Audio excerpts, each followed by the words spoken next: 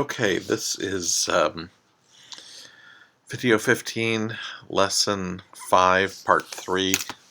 This is on associations, but since we haven't spoken about personal prelatures, we'll mention those at the beginning. Again, Woodall puts these in a bit of a strange place, but it's okay. I'm not sure where they belong. Personal prelatures headed by the prelate. The prelate is the head of a personal prelature. And Woodall, there's some disagreement over exactly what a personal prelature is. The difficulty is we only have one, which is, as you probably know, Opus Dei. So it's hard to say what it is in general when you have only one example. Woodall describes it as similar to a diocese, but not territorial. If it's not territorial, that means it would be personal. So it's kind of like a diocese, but it's not based on territory, but on the membership. So the people who are the subjects are the people who are the members of the prelature. Opus Dei. What a prelature does is it provides pastoral care for the members of a society or for particular groups in different regions. The prelature needs to consult with episcopal conferences in a certain area before entering, but it's not specifically under the diocesan bishop. Again, the authority is the prelate. However, I don't believe that Opus Dei goes into a diocese unless the bishop has approved. So you kind of have a structure that's distinct and in some ways independent of the diocese. However, there shouldn't be too much, and I don't think there has been, at least not recently, a whole lot of strife or disagreement about the presence of the prelature, the presence of Opus Dei, since, again, I believe they do not go into an area without the bishop's approval. Woodall makes the point that they are not acephalous. Acephalous means without a head, and he mentions elsewhere that the church has a real aversion to what he calls wandering or acephalous clergy, that is, clergy who do not have a superior, that are just kind of out there. They've been ordained. Someone, usually in a foreign diocese from the one where they're actually spending their time, has ordained them, but is not exercising much supervision over them. And lay people can be associated with the prelature. Again, that's I think that's probably enough for us to have a grasp on what a personal prelature is. I probably would have thought that I've said that I think that this is a bit of a strange place for Woodall to introduce personal prelatures. I would have put it someplace else. We're going to get to a lesson in a couple of weeks about different types of church organizations.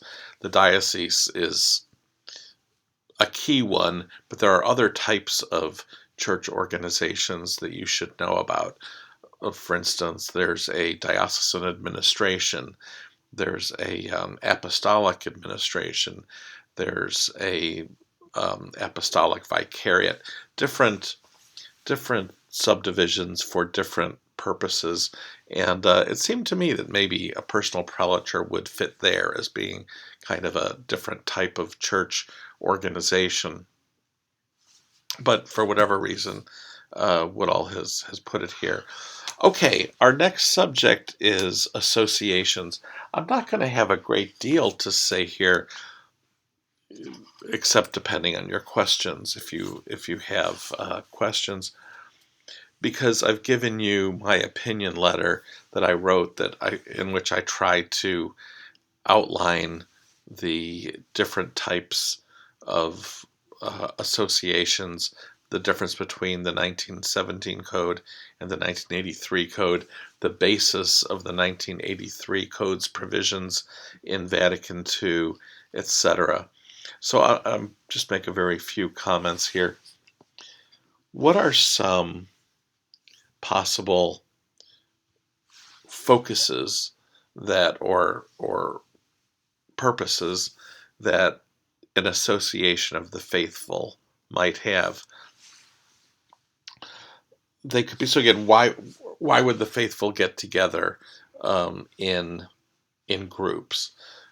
Now, we're talking not only about the laity, there can also be clerical and religious associations, but probably most of the ones that we're going to be able to think of will be lay associations, or sometimes associations that might have members that are either lay or clergy, so kind of combined lay and clerical associations. Some things that why might you form this new group, this new type of association? One purpose might be prayer, another purpose charitable work, evangelization, catechesis, caring for the sick, some type of educational effort. Remember what we've been discussing when we've been discussing the rights of the faithful and the rights of the laity, that each person, each member of the faithful has a share in the promotion of the gospel and in evangelization. And so these are some areas that one might focus on. Pro-life would be another one. Social issues, how to integrate your faith into life in the wider society. Lots of different things that you can think of. As we say, maybe the thing that we keep hearing over and over again is about the faithful, especially the lay faithful, acting on their own initiative. They're able to do this.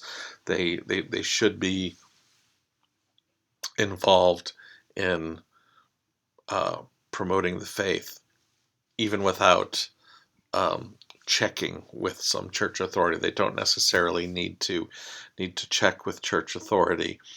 However, they do need to know what's proper to the laity. And as we've said, there's going to be some things that are not proper to the laity, such as hiring priests, disciplining priests, correcting liturgical books, things like that, things that the church entrusts to the hierarchy itself. Trying to set up a competing educational initiative to essentially replace seminaries or to compete with seminaries. Well, seminary education is something that the institutional church itself wants to take responsibility for. So the notion of kind of a private seminary is probably kind of a contradiction in terms. For the most part, though, most things that we should be able to think about should be things that the laity could enter into on their own initiative. As you should see from the opinion letter that I gave you, an association does not need to have any canonical status. It may have, but it doesn't need to. There are 5 different types of associations set out in that letter.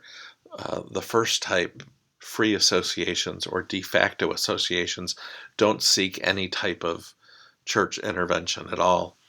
The next 2, recognized associations or recommended associations, they still maintain a great deal of their autonomy, but they are seeking some type of at least acknowledgement from the diocese, or even some type of recommendation or praise. However, they would still at those levels 2 and 3, recognized or recommended associations would still remain lay associations. And then the higher 2 levels are private associations with private juridic personality, or public associations, and those are ones with public juridic personality. We've seen in Canon 216 this warning that although we're encouraging the laity both on their own and even in groups to have a share in the activity of the church, still we have to distinguish between those efforts that are undertaken by the hierarchy itself and those that are more private initiatives or individual initiatives or even group initiatives, but not initiatives of the hierarchy itself. Therefore, when we saw Canon 216, we said that if you're going to found some type of enterprise or group, you're not going to be able to use the word Catholic in the title of your group unless you have church approval. Again, many organizations innocently do not know about this canon and have included the title Catholic in their group because they did not know there was a restriction. Well, here again, when we get to associations in Canon 300, we have a repetition of what we saw in Canon 216, saying that the title Catholic cannot be used without the consent of church authority. What else do we see? Canon 305 talks about the right of visitation, that the essentially church authority in, say, a diocese has the right to be aware of the types of organizations that are present and to visitation, to visit, to see, well, what is your organization about? You're the St. John of Capistrano Society here in the Diocese of Joliet. What do you do? What are you about? Perfectly legitimate for church authority to look into that and to inform itself of what they're doing there. And I think most organizations would be willing to answer questions and to and probably be flattered that the hierarchy was interested and aware of their enterprise. Unless it has juridic personality, unless it's basically a church corporation, a private association generally does not have rights and duties in the church as an organization. It's only if the group has private or public juridic personality that basically the church sees it as an entity rather than seeing the individual members when it looks in that direction. I don't think that concept will be a difficulty for you, but if it is, just let me know. Who can set up a public association? Now, a public association is the one that's the most closely affiliated with church authority. It's going to be the Holy See, the Conference of Bishops, or the diocesan bishop. So if you're setting up a diocesan group that you want to be formally, almost really formally involved in the work of the church, a public association, then the diocesan bishop would be your authority. If it's a national group, the authority would be who could recognize you and grant you the juridic personality that you're looking for, the incorporation that you're looking for.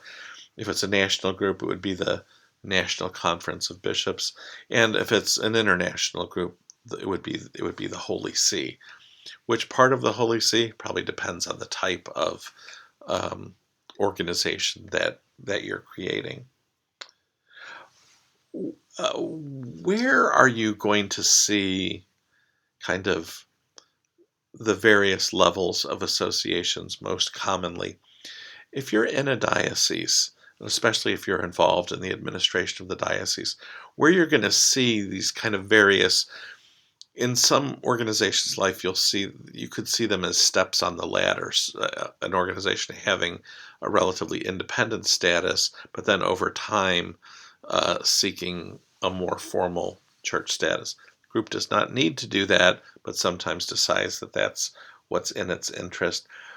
This will be especially common in the case of religious institutes, a new religious institute. So it will start out quite informally, and then as it becomes more stable, maybe gathers members and looks like it has a better chance or good chance of perpetuating itself and actually achieving the purposes that its founders have, then it might be initially recognized and then even recommended by the diocese.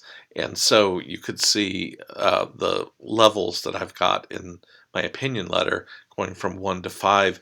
That's where you could see a new religious institute or a new institute of consecrated life. Those are the same things. Could see them at different times having all of those different statuses and working up, becoming more established and more closely tied to church authority. When it becomes a fully fledged Institute of Consecrated Life or religious institute, that is a public juridic person. Once it's erected as that type of organization, it is a public juridic person. So that would be the kind of the highest level or the level most closely affiliated with the diocese. And before that, it would probably be a private association with private juridic personality. And before that even more of a less formal type of association.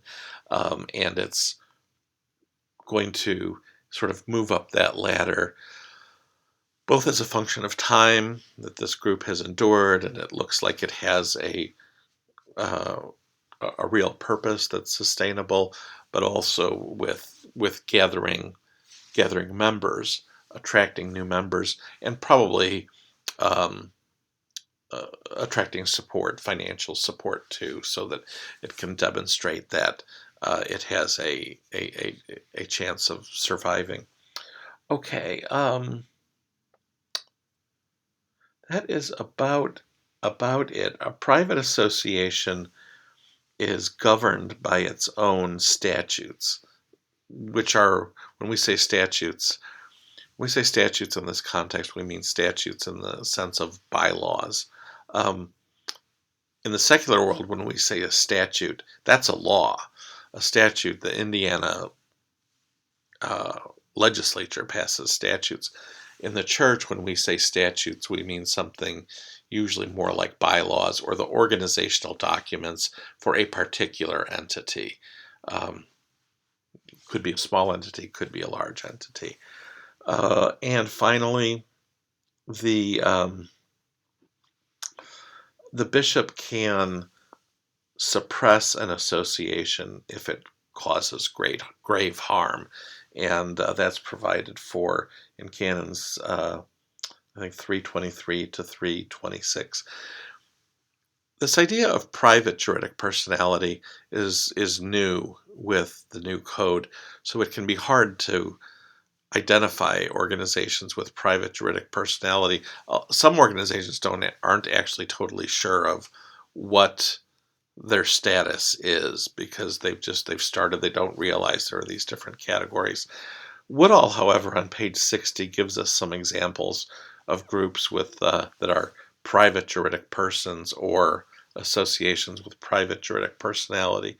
And he mentions the Legion of Mary, the St. Vincent de Paul Society, and the Union of Catholic Mothers. So that's somewhat helpful to have some examples there. What about public juridic personality? We've kind of said A group, something with public juridic personality, is an important church organization like a parish, a diocese, a religious institute. Uh, these all have public juridic personality by virtue of the law itself. What's a group that could acquire it by decree, become a juridic person by decree? Probably the best example would be a new religious institute, something that starts out at a lower level but eventually proves itself and then is set up. Could be in the diocese, could be by the Holy See, but often starting in the diocese, set up as an institute of consecrated life. Okay, thank you very much.